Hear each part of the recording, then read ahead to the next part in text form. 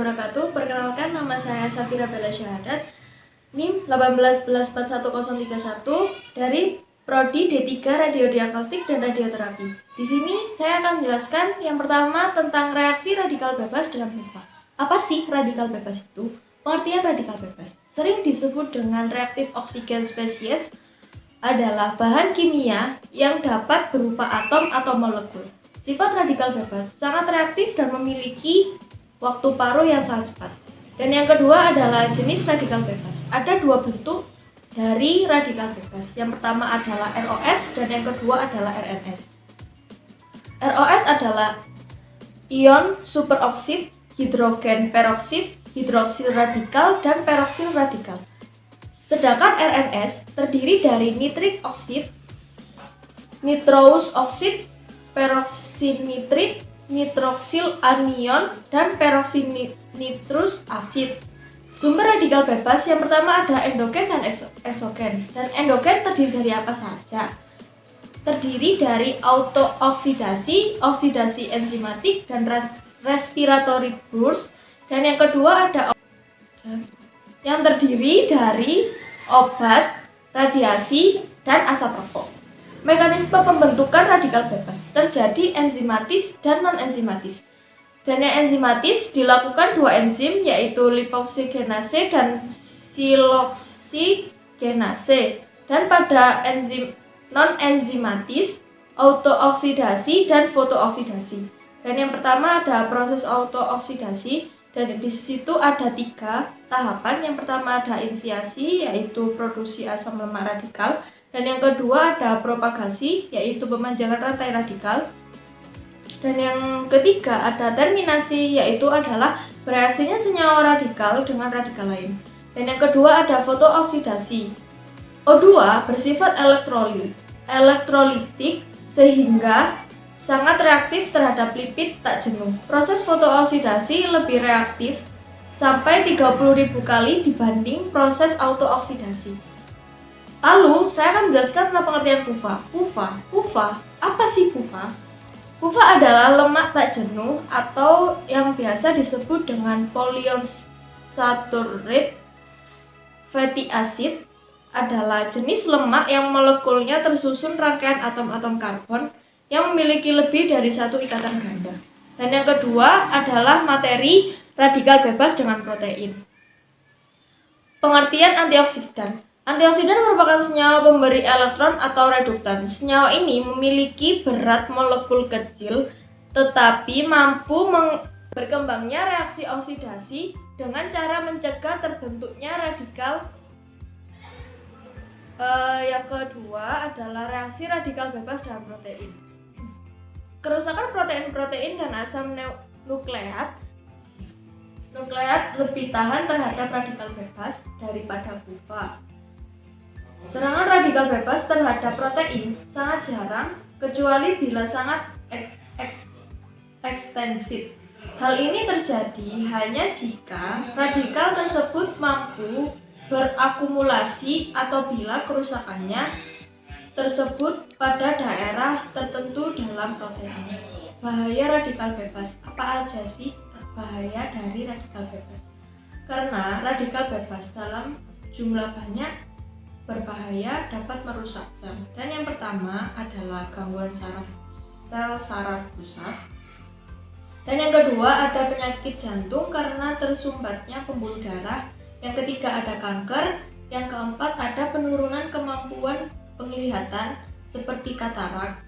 Dan yang kelima ada penyakit diabetes. Dan yang keenam ada penyakit yang mengiringi proses penuaan atau Parkinson. Cara mengatasi radikal bebas. Menurut Dr. Kenneth H. Cooper, ada 4 langkah yang bisa dilakukan. Yang pertama adalah berolahraga dengan intensitas rendah. Dan yang kedua, ada mengkombinasi beberapa antioksidan setiap hari. Dan yang ketiga ada mengatur diet dan memasak secara benar agar antioksidan dalam makanan tidak rusak. Dan yang keempat, bergaya hidup bebas dari radikal bebas. Materi selanjutnya adalah reaksi radikal bebas dengan DNA.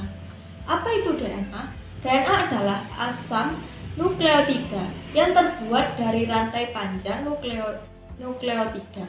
Satu nukleotida terdiri dari fosfat, glukosa, dan basa nitrogen. DNA merupakan materi genetik yang mengandung informasi genetika yang akan diwariskan ke generasi selanjutnya. Pasangan basa nitrogen pada DNA adalah purin. Purin mengandung guanin dan adenin. Yang kedua ada pirimidin. Pirimidin mengandung timin dan sitosin. Kerusakan DNA. Yang pertama adalah kerusakan dapat terjadi bila ada lesi pada susunan molekul. Apabila tidak dapat diatasi dan terjadi sebelum replikasi, maka akan terjadi mutasi.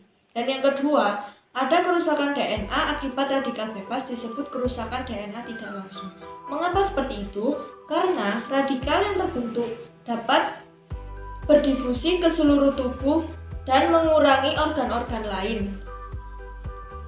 Melanoma ganas dapat disebabkan oleh kerusakan DNA tidak langsung karena ditemukan di bagian tubuh yang tidak terkena sinar matahari. Dan yang materi yang terakhir ada interaksi radiasi dengan materi. Dampaknya ada dua, yaitu fisika dan kimia. Dan yang fisika ada energi yang diserap oleh material kimia yang dapat membuat energi di dalamnya bertambah sehingga keadaannya menjadi tereksitasi, tetapi tidak menyebabkan perubahan jenis material tersebut. Dan yang kedua ada kimia, terjadi akibat interaksi antara material kimia dengan radiasi yang menyebabkan keadaan material kimia menjadi tereksitasi dan lebih lanjut mengalami perubahan jenis, nuklida dan molekul-molekulnya. Dan yang pertama ada interaksi radiasi partikel alfa dan ion positif. Radiasi partikel alfa dianggap sebagai radiasi partikel ion positif dari isotop nuklida helium atau He+, proton jika ia menerobos ke dalam sebuah nuklida atau molekul-molekul yang menjadi sasaran radiasinya akan kehilangan sebagian atau seluruh energi radiasinya. Yang kedua ada interaksi radiasi beta dengan materi. Partikel beta identik dengan elektron yang mengorbit di atom penyerap dengan muatan listrik yang sama. Dapat menyebabkan terjadinya ionisasi langsung dengan gaya tolak kolom terhadap elektron yang mengorbit tersebut. Dampaknya adalah dapat menyebabkan nuklida tereksitasi dari keadaan tereksitasi ini mengalami ionisasi. Dan yang ketiga ada interaksi radiasi elektromagnetik. Foton dalam melewati materi tidak dapat kehilangan energi secara kontinu sepanjang jejak yang dilaluinya. Sebaliknya, dalam 2 dari 3 proses fundamental foton berinteraksi dengan materi, maka semua energi foton dipindahkan ke medium dalam satu interaksi.